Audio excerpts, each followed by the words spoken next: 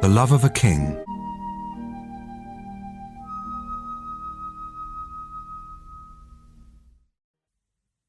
In April 1987, 300 people came to a small room in Geneva, Switzerland.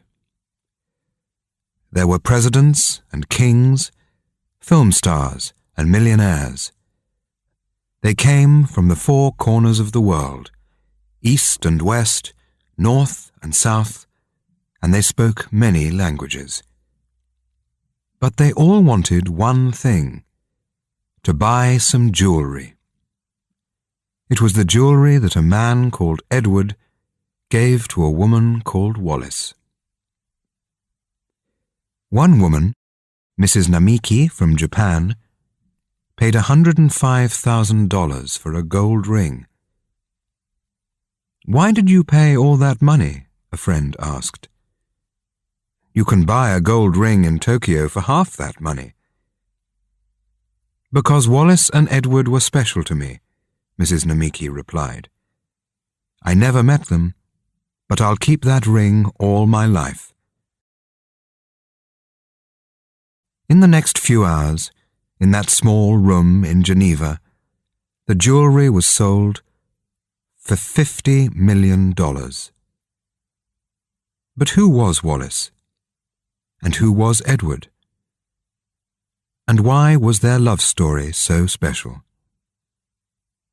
Let's begin at the beginning. Chapter 1. A Lonely Child. Prince Edward was born in 1894. His father, King George V, was a tall, cold man who did not like children. "Why does Edward talk all the time?" he once said.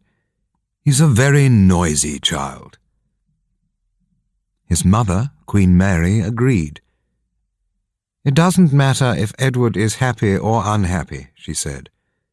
"A child must be silent and strong." The family lived in Buckingham Palace, which had 600 rooms. There were 8 kitchens, 19 bathrooms, 24 toilets, 11 dining rooms, 17 bedrooms, and 21 sitting rooms. Edward once told a story about the house. "Buckingham Palace was very big, and people sometimes got lost.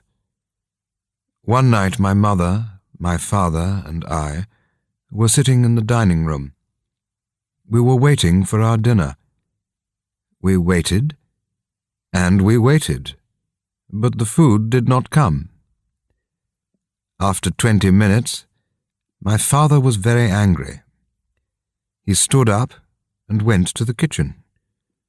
'Where is the cook?' he shouted. 'And where is my food?' 'But, sir,' the cook replied, 'your dinner left the kitchen 15 minutes ago. Hasn't it arrived yet?' 'No, it hasn't,' my father shouted. 'And I'm hungry.' The king left the kitchen and began to look for the food. 10 minutes later, he saw a woman who was carrying 3 plates of meat and potatoes. 'What happened to you?' my father said. 'Why didn't you bring us our dinner?' 'I'm sorry, sir,' the woman replied. 'There are a lot of dining rooms. I couldn't remember where to go. But if you return to the table, sir, this time I can follow you to the right room.' Edward did not go to school with other children. He stayed in Buckingham Palace, where he had a special classroom just for him. This is how Edward described his lessons. "My teacher, Mr. Hansel, was a thin man. He never smiled and his nose was very red. We had lots of books, but they were all very boring. They were full of words and they didn't have any pictures. Sometimes I stopped reading and looked out of the window. Mr. Hansel got very angry. He took a stick and hit me on the arm. "Don't look out of the window, little boy," he shouted. "Look at the book." He hit me many times, and my arm was red. Every Friday, the teacher took me to my father's room. "And what has my son learnt this week, Mr. Hansel?" the king asked. And the answer was always, "Not very much, I'm afraid, sir. Edward doesn't like his lessons. He never listens to what I say." When Mr. Hansel left the room, my father was angry with me. "What's wrong with you, child?" he said. "Are you stupid? Why can't you learn anything?" "But the lessons are so boring, sir," I replied. "And Mr. Hansel hits me." "I don't understand you, Edward. You're a baby. You're so weak.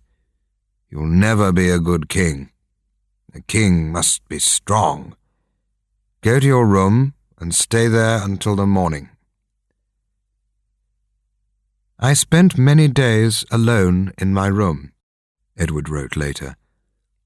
"I never played with other children, and I didn't have any friends. I lived in the most beautiful house in England, but I was always lonely and sad. I saw my mother once a day at dinner time, and I saw my father 3 or 4 times a week. But they never gave me any love. I was afraid of them, and everything I did was wrong."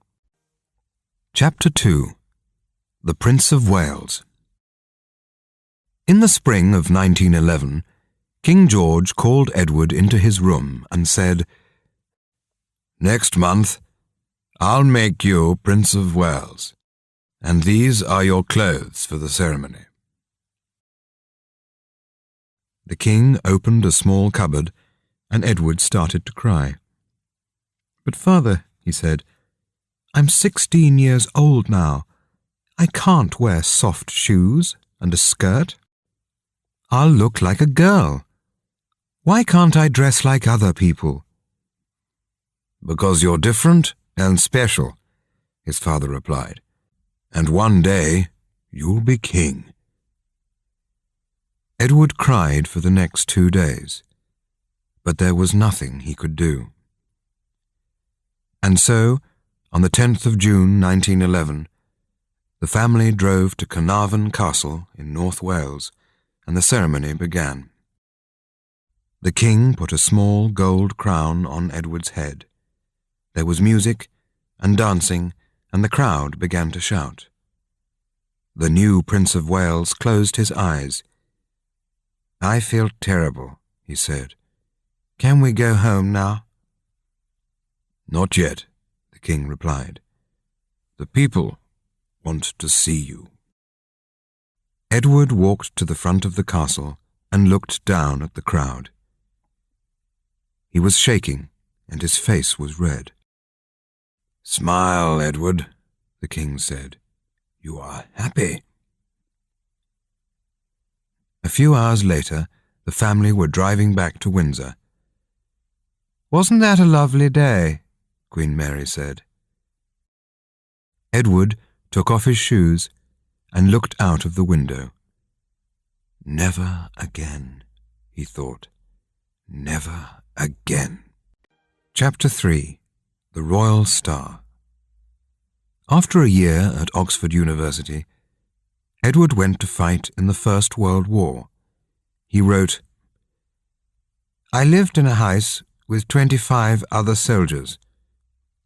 At night, we talked about our lives and our families. It was very interesting.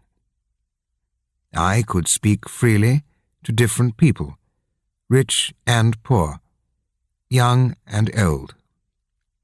But I also saw the blood and noise of war." One day in 1916, my driver took me to the town of Loos in Belgium.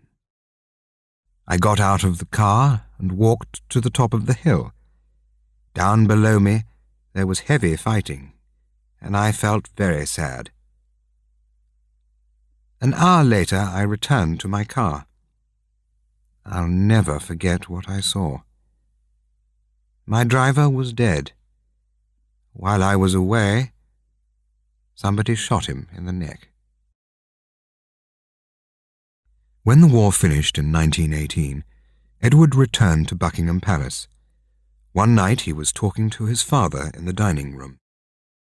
"I don't understand why countries fight," the prince said. "The war has finished, but nothing has changed. There are still millions of poor and hungry people. It's not right. Somebody must do something." "Well," King George replied, "you can't change the world if you sit by the fire. You must travel, meet people, talk to them, listen to what they say, and then, when you are king, you can make the world a better place." And so, in 1920, Edward left England again. During the next 5 years, he travelled 240,000 kilometres and visited 45 different countries. He saw India, Argentina, Nigeria, Mexico, New Zealand, Germany, and Japan. When he came to Toronto in Canada, there were 500,000 people in the streets to meet him. Everywhere, thousands of people waited to see him. There were crowds of 190,000 in Cape Town, 300,000 in Paris, 500,000 in New York, and 750,000 in Melbourne.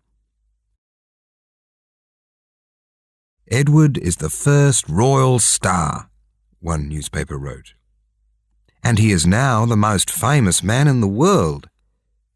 In the old days, princes were cold and bored, but Edward is different. He gets out of his car and walks down the street. Every 2 or 3 minutes he stops and speaks with the crowd. He laughs, he smiles, he shakes 1,000 hands. He is a man of the people with a heart of gold." Chapter 4. The Meeting. In the autumn of 1930, Edward went to stay with his friends, Lord and Lady Furness. This is how he described that weekend in a book called A King's Story. "On Saturday, the weather was cold and windy. It was raining heavily, so we could not ride our horses. We decided to stay in the house and have an early lunch with some of Lady Furness's friends. At 1 o'clock, Wallis arrived with her husband. She was beautifully dressed, and she smiled all the time. She spoke with Lord Furness for a few minutes, and then Lady Furness brought her over to see me. 'Sir, I would like you to meet one of my dearest and sweetest American friends, Mrs. Wallis Simpson.' 'How do you do, Mrs. Simpson?' I said. 'Please, come and sit down.' Lady Furness left us, and we began to talk. I could see that Wallis was not feeling very well. She had a bad cold, and her eyes were red. 'I'm afraid that our English houses aren't very warm,' I said. 'We don't have American central heating here.' There was a long silence. Mrs. Simpson turned her face and looked out of the window. Then she said, 'You have disappointed me, sir.' 'And why is that?' I asked. 'Because everybody asks me about American central heating. I thought that the Prince of Wales would talk about something more interesting.' I began to laugh. 'What's the matter, sir?' Wallis asked. 'Have I said something wrong?' 'No,' I replied. I'm laughing because you didn't lie to me. You told me the truth. But why is that funny? Doesn't everybody do that? One day I'll be King of England, I replied, and people are afraid of me. If I say that the sky is yellow, they say, yes, sir, you are right. If I say that Wednesday is the first day of the week, they say, yes, sir, you are right. And if I say that Scotland is bigger than Canada, they say, yes, sir, you are right.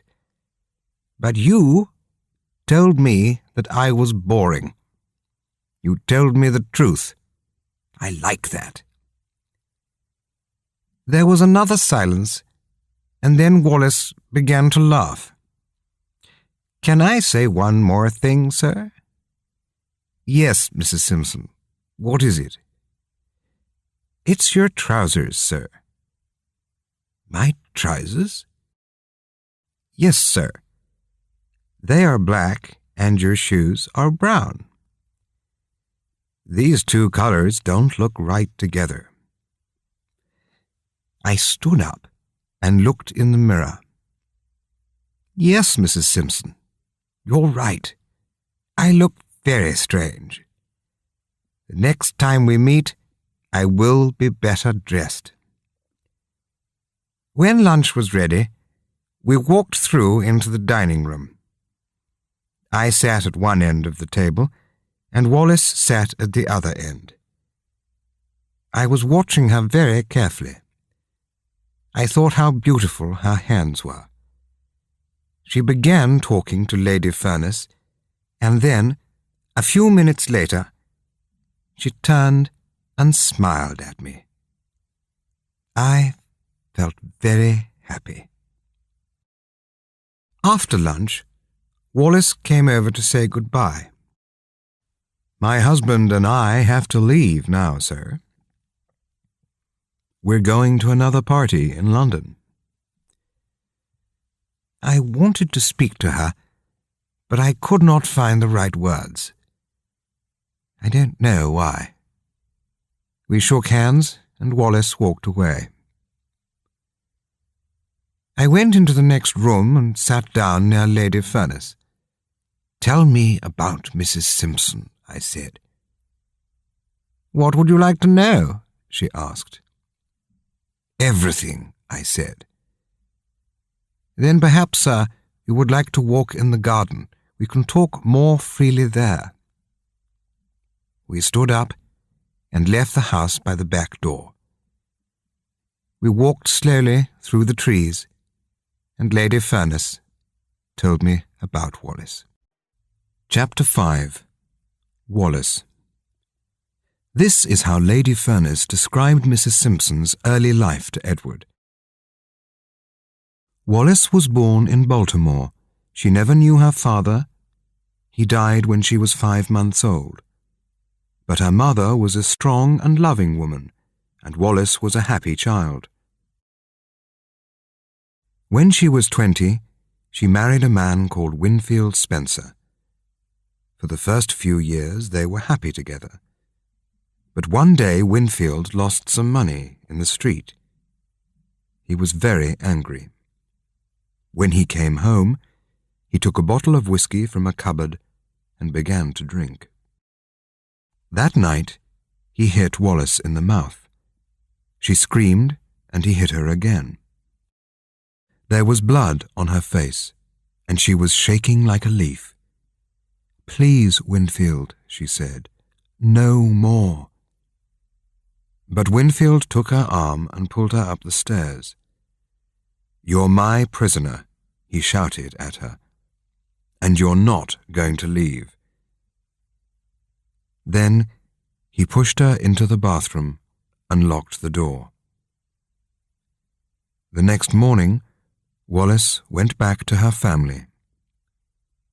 I can't stay with him, she said. I want a divorce. Poor Wallace, Edward said. But what happened next, Lady Furness? Well, said Lady Furness, a few months later she met a fine man called Ernest Simpson. He's quiet, but interesting. They got married, and they now live in a beautiful flat in the centre of London. And are they happy? Asked Edward. Lady Furness looked at the prince and smiled. I don't know, sir, she said. I don't know. During the next 2 years, the prince saw Wallis once or twice a week. They had the same friends, and they often met at parties. Mrs. Simpson knew a lot about life, Edward once said. She loved books, food, people, and travel. She was very beautiful, and her eyes were full of fire. She was friendly and easy to talk to, and after a while, I opened up my heart. We had no secrets. I told her everything, and that's how it all began. His eyes were always sad, Wallis said about Edward, and sometimes he looked like a child, so young, so quiet, so weak. He had no real friends. Perhaps people were a little afraid of him. But he was a warm and kind man. When he talked to me, I felt my heart jump. I wanted to be alone with him, but I knew that wasn't possible. Did the prince love me in those early days? No, I don't think so. But each time we met, we just felt closer and closer. In June 1933, Edward gave a birthday party for Wallis, and during the next few months, he visited the Simpsons' flat in London almost every day. One evening, the prince asked Wallis and Ernest to go skiing in Austria. I'm sorry, sir, Mr. Simpson replied. I have to go to America on business, but perhaps Wallis and her aunt can come with you. We went to Kitzbühel as friends, Wallis wrote later. But when we came home, we were in love, and a few months later, the prince asked me to marry him. It was just like a dream. Chapter 6. The King is Dead. Long live the King. In January 1936, Edward went to Windsor for a few weeks. He was tired of town life, and he wanted to work in his garden and ride his horses. But then, one afternoon, there was a phone call from Queen Mary. Edward, she said, you must come back immediately. Your father is very ill, and I think he's going to die. When Edward arrived, he went straight to his father's room. He walked to the side of the bed and kissed his father's white face. The king opened his eyes and smiled. Then he took his son's hand and said, Be a good king, Edward, and be good to your mother. Yes, father, I will.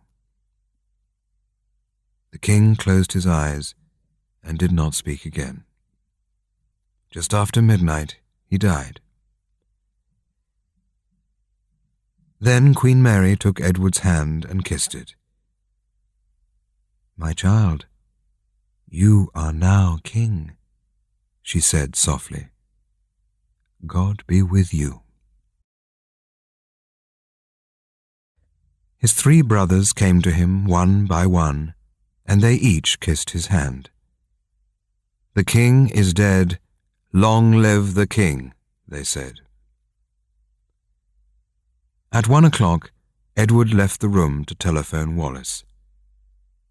"My father is dead," he said. "I'm so sorry, sir." "I must stay here for a while," Edward went on, "but I'll phone you at the weekend. Nothing will change between you and me. I love you more than ever, and you will be my queen." "Let's not talk about that now," Wallace replied. "You must go back to your family." "But you are my family, Wallace. You are everything to me. Good night. Sleep well." When Wallace put the phone down that night, she suddenly felt afraid. "Edward is now king," she thought.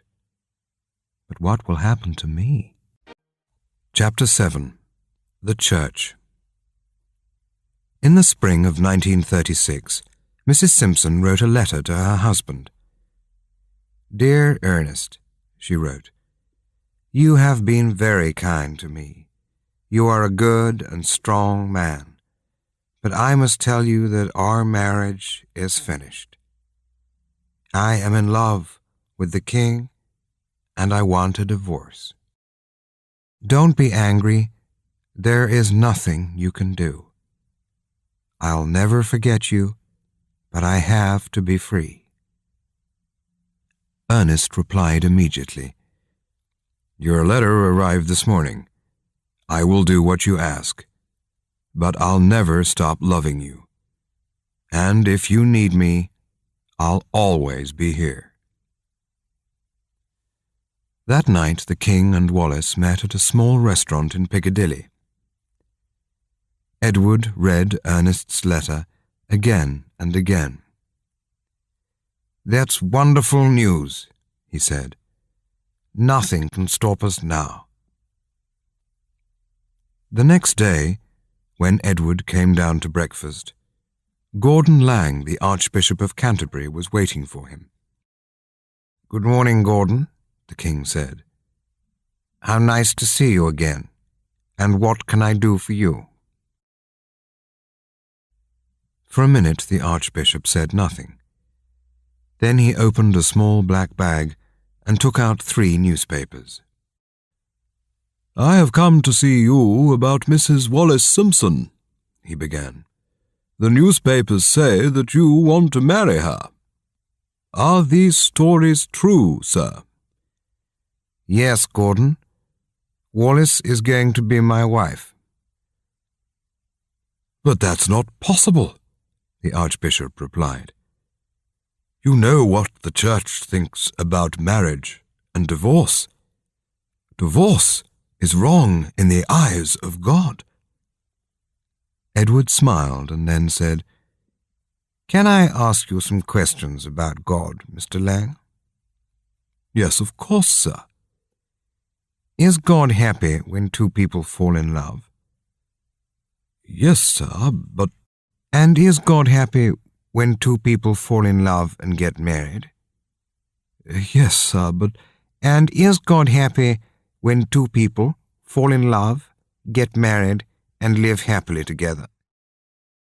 "Yes, sir, but—" "Then, Archbishop, Wallace and I will make God very happy. We are in love. We'll get married, and we'll live together happily." "But you don't understand, sir," Mr. Laing replied.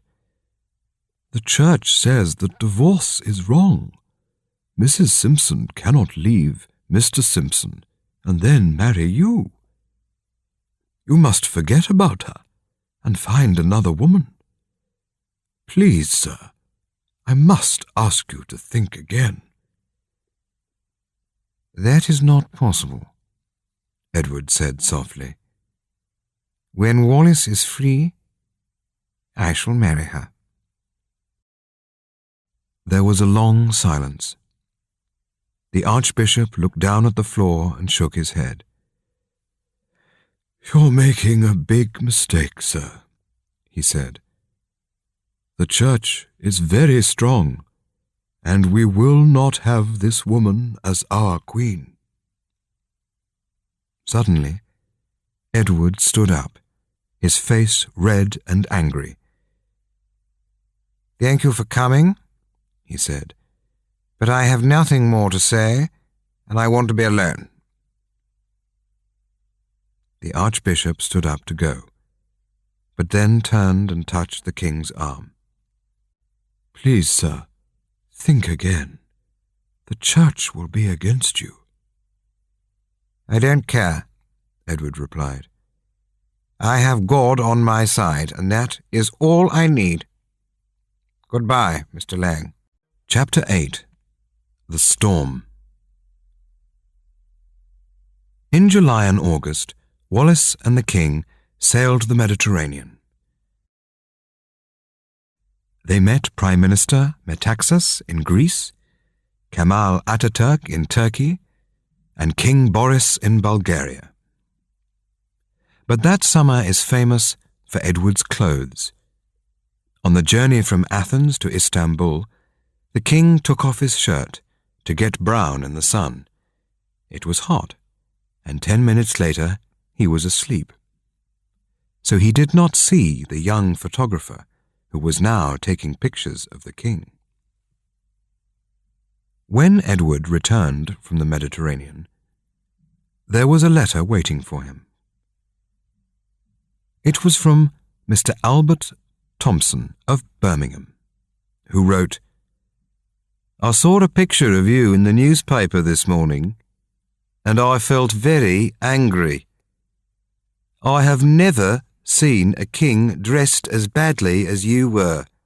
No shirt and no tie, no socks, no hat, and in short trousers.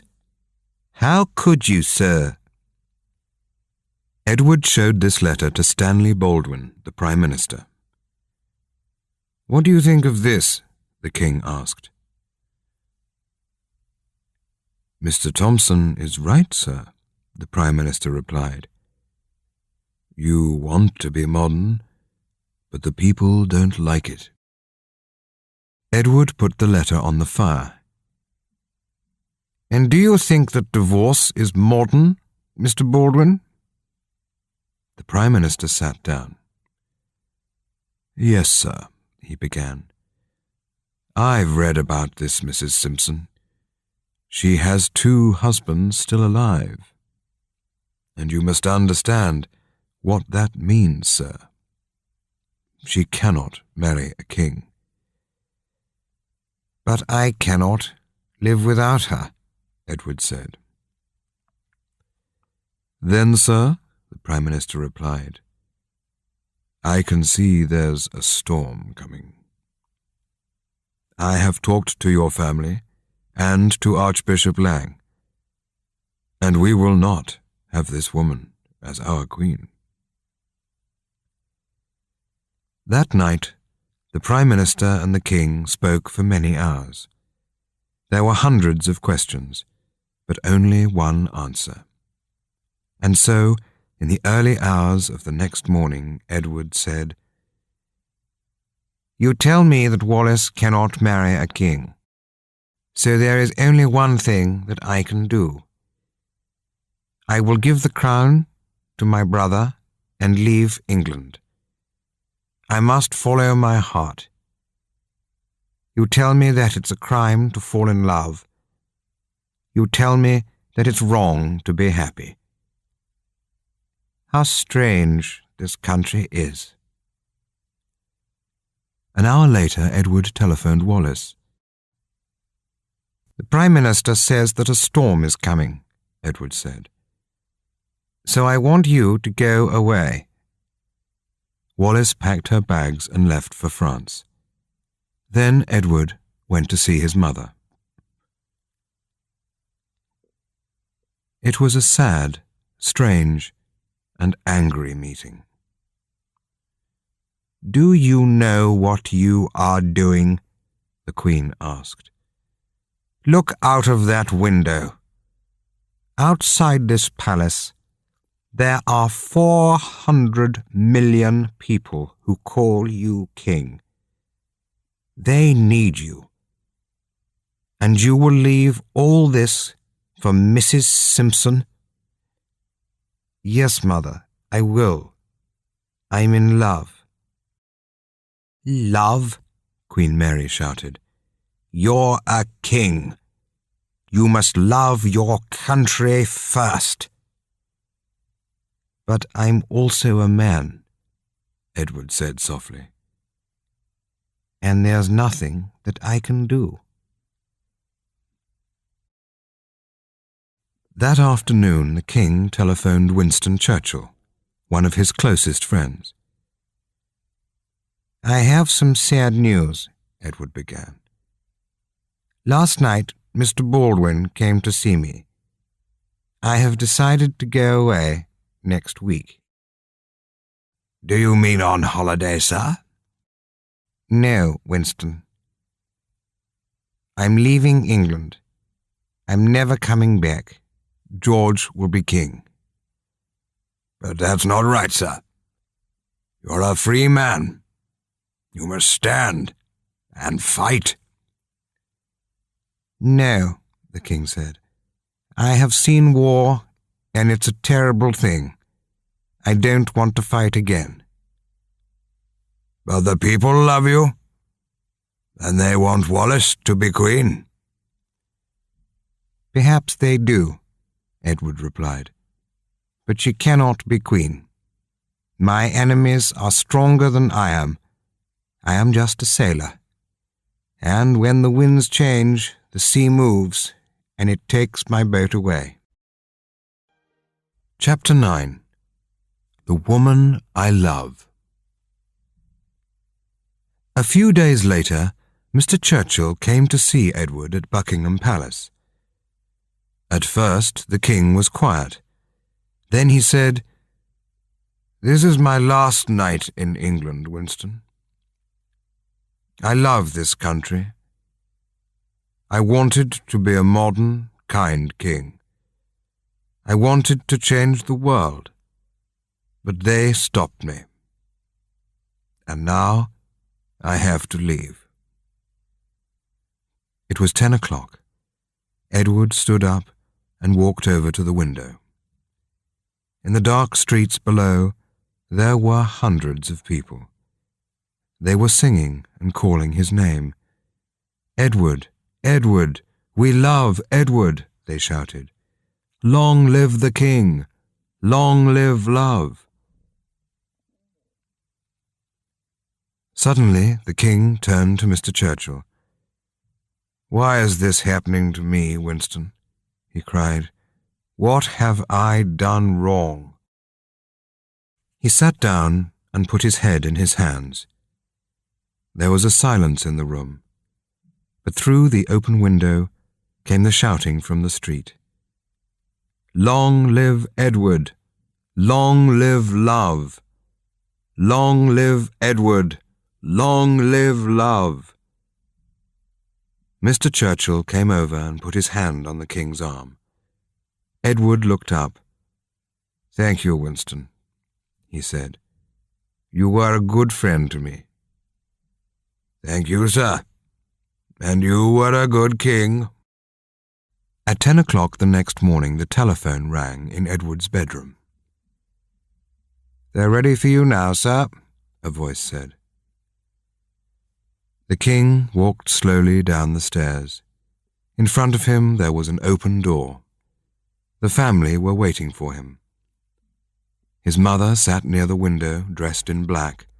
His brothers stood beside her. How close they are, the king thought. On a small table in the center of the room, there was a piece of paper. Edward sat down and read these words. "I, Edward VIII, King of Great Britain, King of India, King of Australia, King of New Zealand, King of Canada, King of Kenya, King of Nigeria, King of Burma, King of Malaya, King of Singapore, and King of 32 other countries, have today given the crown to my brother George. God be with him and all his people. 10th of December, 1936.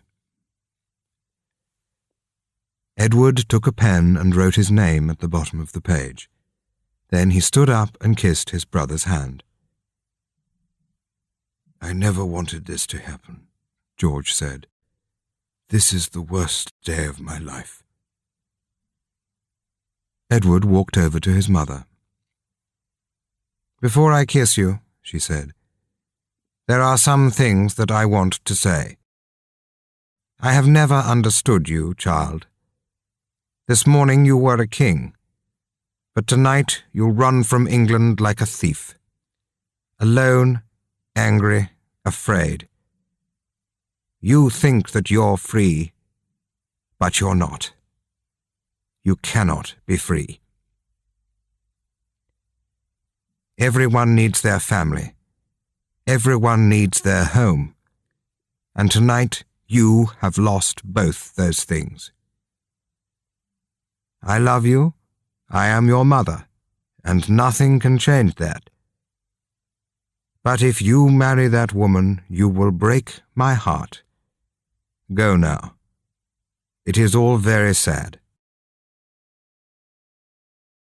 Edward kissed Queen Mary's hand. Then he turned and walked away.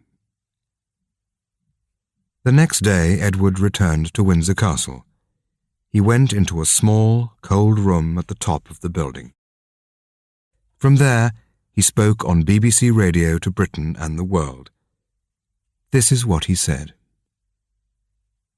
"Tonight, for the first time, I can say a few words to you. Earlier today, I gave the crown to my brother George. He is now your king. I will soon leave this country and travel to France. My heart is with Wallis, and I cannot live without the woman I love. I don't know what will happen to me. Perhaps I will never see England again. But think of me tonight when I sail across the sea. God be with you. Long live King George." Edward left Windsor Castle and got into a large black car. It was now midnight, and it was just beginning to rain. "Take me away as quickly as you can," he said. The car moved off into the darkness and the rain. "What a night," said the driver. "I think the sky is crying, sir." At 1:30 a.m., they arrived at Portsmouth. Edward got out of the car, and a voice said, "The king is here." Edward stopped and looked out across the open sea. There was a thin, cold smile on his face. "King," he said. "No, I am not the king. I am just a man in love." Then he turned and walked onto the ship and into the night. Chapter 10. The Wedding. The next morning, Edward telephoned Wallis from Boulogne. "Did you listen to me on the radio?" he asked. "Yes, of course," she said. "And how did you feel?" "I was sitting in my room alone," Wallis said. "And when I listened to your words, I felt so sad. I put my hands over my eyes and I just cried. I couldn't stop myself. You have left everything for me. But I love you so much, Edward, and with me you'll be the happiest man in the world." "I am that already," he replied. "You are all that matters in my life." Edward married Wallis Simpson 6 months later, on the 3rd of June 1937. None of the royal family came to the wedding. Edward was 43, Wallis was 41, and they now took a new name, the Duke and Duchess of Windsor. A few weeks later, Edward wrote to his brother, King George. "I was surprised that you didn't come to the wedding," he wrote. "But Wallis is now my wife, and nothing can change that. As you know, we have a house in Paris, but France is not my home, and I want to live again at Windsor, with Wallis by my side." "I'm sorry, Edward," King George wrote back, "but you know how I feel about that woman. I do not like her. I will never like her. You can live here, but Wallis cannot." "My brother," Edward said later, "pushed me away like a dog. I will never forget what he did. And after that, I decided that I didn't want my family. They didn't want Wallis, and so I didn't want them." Chapter 11. Paris. For the next 30 years, the Duke and Duchess lived in Paris. They gave parties and travelled round the world, but they never went back to Buckingham Palace.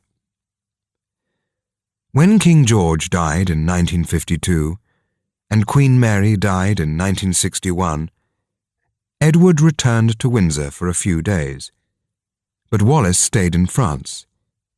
"It's your family," she said, "not mine."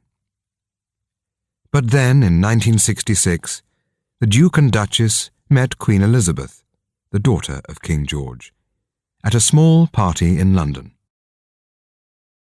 After 30 long years, it was time to forget the past. Elizabeth kissed the Duchess and touched her arm. Then she turned to the Duke and said, "Wallis is so beautiful, Uncle. I think you're a lucky man." "That day, Elizabeth was very kind to us," Edward wrote later. "But why couldn't my mother or my brother say those words to me?" On BBC television in 1969, the Duke and Duchess spoke about their life together. "Do you argue?" someone asked them.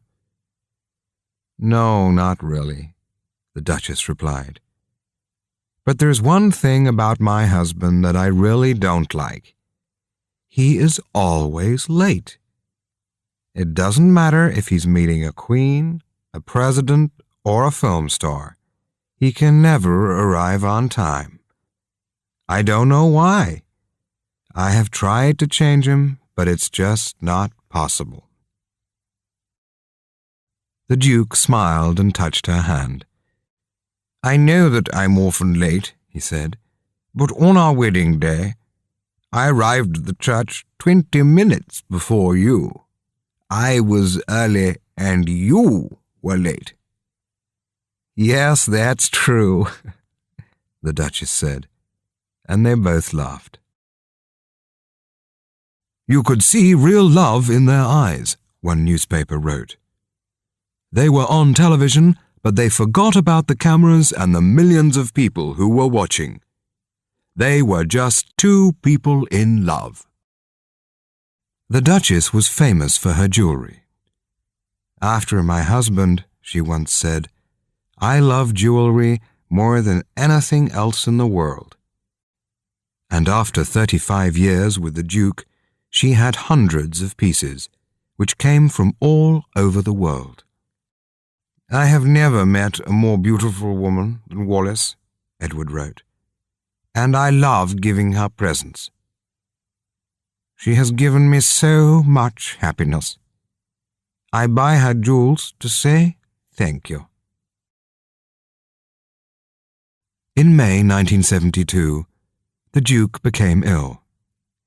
When the doctor arrived, he listened to Edward's heart and then said,